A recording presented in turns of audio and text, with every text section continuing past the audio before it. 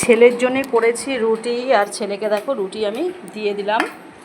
আর আমি খাবো হচ্ছে ভাত। এই দেখো ভাত, কিন্তু দুদিন ধরে ভাতই খাচ্ছি আমি রাতে। আর এই দেখো 2 পিস রয়েছে, আমি খাবো, হাজব্যান্ডের খাওয়া কিন্তু হয়ে গেছে। আর এই দেখো এখানে পাবদাও রয়েছে। আর আমাদের আদুরিও কিন্তু এই মাত্র খেয়ে দিয়ে আদুরিও সোফার মধ্যে বসে গেছে। এই দেখো সোফাতে এখন আদুরি রয়েছে। কখন হবে ঘুমু ঘুমু, কখন হবে? আর এখন ভীষণ দুষ্টু হয়ে গেছে, ভীষণ। দুপুরবেলা ইলিশ খেয়ে গলার মধ্যে কাটা ঢুকেছিল জানো, এখনও কিন্তু একটু কেমন কেমন লাগছে। কিন্তু ইলিশ মাছ দিয়ে রুটি কেমন লাগবে, যে কারণে আমি ভাতটাই খাচ্ছি।